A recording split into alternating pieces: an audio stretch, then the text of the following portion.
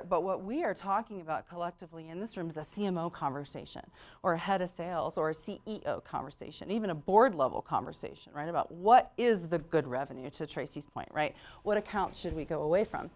So, you know, it's really sort of a three-step process. Discover, which is really what this whole session has been about today. What's my segment? How big is it? And so on. And then engaging, which is what you guys are really learning in this whole semester, is how do you engage with people? How do you get them to come into you? How do you get them to open your information, move further along in that sales conversation? And then what do you do after that to optimize? So go ahead and give us a click. I want to show you some pictures of what this is going to look like. So this is essentially a screenshot. Imagine this dashboard that you come into, and you know what your ICP is already. So let's pretend in this particular case it's management consulting firms, which is this little click on the upper left. And let's say we want to focus on North America, which is what this geo checklist is.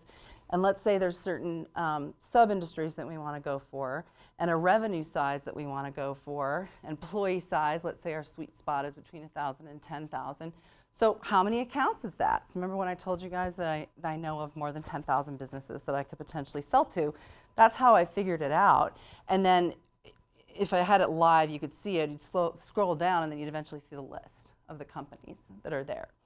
Now what that bubble is, that big green bubble, is the total addressable market. It's all the accounts. The little bubble is who I'm already working with, which you can see is tiny, right? So what's my potential? My potential is really big.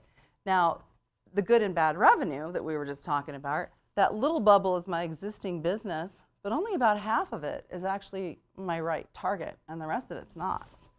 So imagine being able to be in a conversation with your executive team and saying, guys, this is the health of our business, and let's measure our progress against that great big market. Give us